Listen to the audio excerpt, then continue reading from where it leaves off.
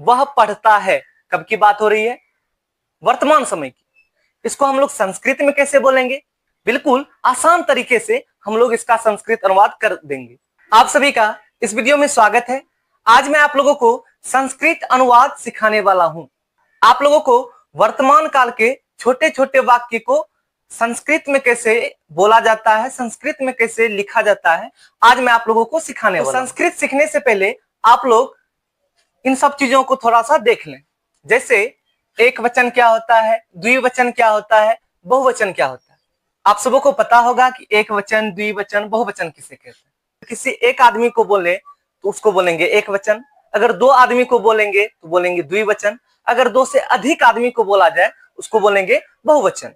जैसे मैं बोलूंगा वह, इस शब्द से लग रहा है किसी एक के बारे में मैं बोल रहा हूं। वे दोनों, इससे लग रहा है मैं दो व्यक्तियों के बारे में बोल रहा हूं। वे लोग, इससे लग रहा है कि मैं दो से अधिक व्यक्तियों के बारे में बोल रहा हूं। उसी तरह तुम, किसी एक व्यक्ति को मैं बोलूंगा तुम, दो व्यक्ति रहे तो बोलेंगे तुम दोनों, अगर दो से अधिक व्यक्ति रहे तो बोलेंगे तुम लोग। इस तरह से तो वह का संस्कृत क्या होता है, वे दोनों का संस्कृत क्या होता है, वे लोग का संस्कृत क्या होता है, ये सब आप लोग थोड़ा सा देख लें। वह को हम संस्कृत में सह या फिर सा बोलते हैं। वे दोनों को तव बोलते हैं, वे लोग को ते बोलते हैं। तुम को त्वम, तुम दोनों को युवाम, ये सब संस्कृत है। तुम दोनों को हम संस्कृत में युवाम बोलते हैं। और तुम लोग को यूयम, मैं को अहम, हम दोनों को आवाम, हम लोग को वयम, ये सब संस्कृत है। तो ये क्या है? ये सूत्र है, इसको अंत में हम लोग प्रयोग करेंगे, ठीक है। और पढ़ना को संस्कृत में पठ बोला जाता है, दौड़ना को धाव, खेलना को क्रीड, घूमना को भ्रम, जाना को गच, इस प्रकार से। और मैं आप लोगों को वर्तमान काल का वाक्य बताने वाला हूं। जैसे आप लोग वहां ऊपर पे देखें, वह पढ़ता है, कब की बात हो रही है? वर्तमान समय की। इसको हम लोग संस्कृत में कैसे बोलेंगे? बिल्कुल आसान तरीके से हम लोग इसका संस्कृत अनुवाद कर देंगे। कैसे? वह पढ़ता है, इससे लड़का का बोध हो रहा है या फिर लड़की का? इससे हम लोगों को पता चलता है कि मैं लड़का के बारे में बोल रहा हूं। लड़का की बात अगर आए तो सह का प्रयोग करेंगे। अगर वाक्य से लगे कि लड़की को हम बोल रहे हैं, उसके लिए वह का संस्कृत सा हो जाएगा। यहाँ पे लड़का के लिए प्रयोग कर रहे हैं तो वह का संस्कृत सह लिखेंगे, लिख देंगे यहाँ पे सह।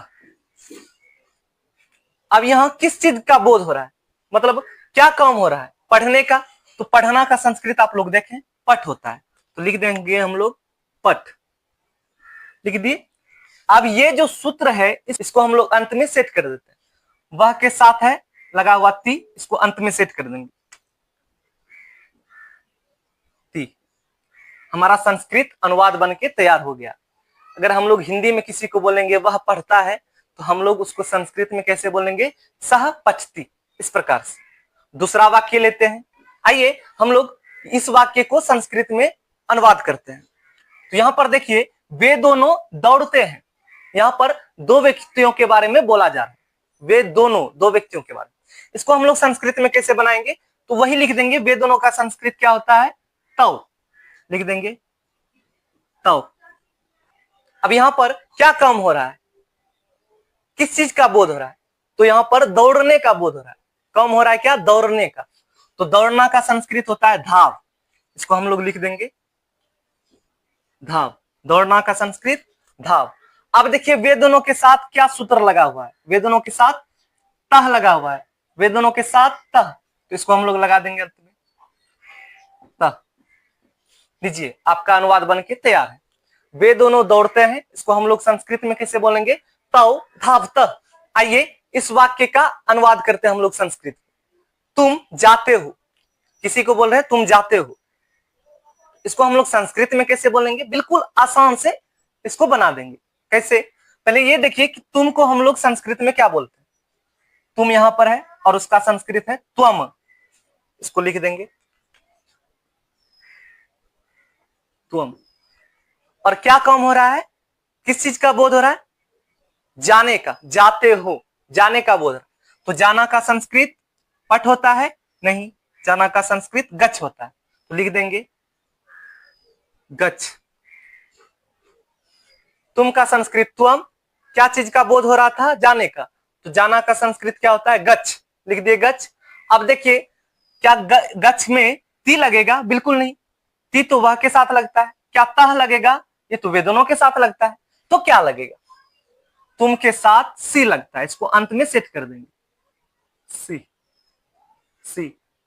तुम जाते हो, किसी को अगर हम बोल रहे हैं तुम जाते हो, तो उसको हम लोग संस्कृत में कैसे बोलेंगे? त्वम गच्छसि। इस प्रकार से यहां पर देखिए, मैं खेलता हूं, मैं खुद के बारे में बोल रहा हूं, मैं खेलता हूं, इसको हम लोग संस्कृत में कैसे बोलेंगे? तो यहां पर देखिए मैं का संस्कृत क्या होता है? मैं का संस्कृत, यहां मैं का संस्कृत अहम, तो लिख देंगे अहम। अब देखिए किस चीज का बोध हो रहा है? क्या करने का बोध हो रहा है? तो यहां पर खेलने का बोध हो रहा है। तो खेलना का संस्कृत क्या होता है? गच्छ होता है? नहीं, ये तो जाना का संस्कृत होता है। खेलना का संस्कृत देखिए क्रीड होता है, तो हम वहां पे दे देंगे क्रीड। क्रीड। अब देखिए अंत में क्या फॉर्मूला सेट करेंगे? सी करेंगे? नहीं, ये तो तुम के साथ करते हैं। तो मैं यहां है और इसके साथ देखिए आमी लगा हुआ है, तो आमी हम लोग ऐसे नहीं लिख देंगे, इस तरह से नहीं, ये गलत हो जाएगा। आमी कैसे लिखा जाता है? आप लोग आकर हर्षिकार पढ़े होंगे। आ को हम लोग आकर बोलते हैं, उसी प्रकार से यहां भी आ को बोलेंगे आकर, यहां भी आ को बोलेंगे आकर। इस प्रकार से आ नहीं लिखना है, तो यहां दे देंगे आकर। उसके बाद क्या बचा? मी लगा दिए, मी बन के तैयार।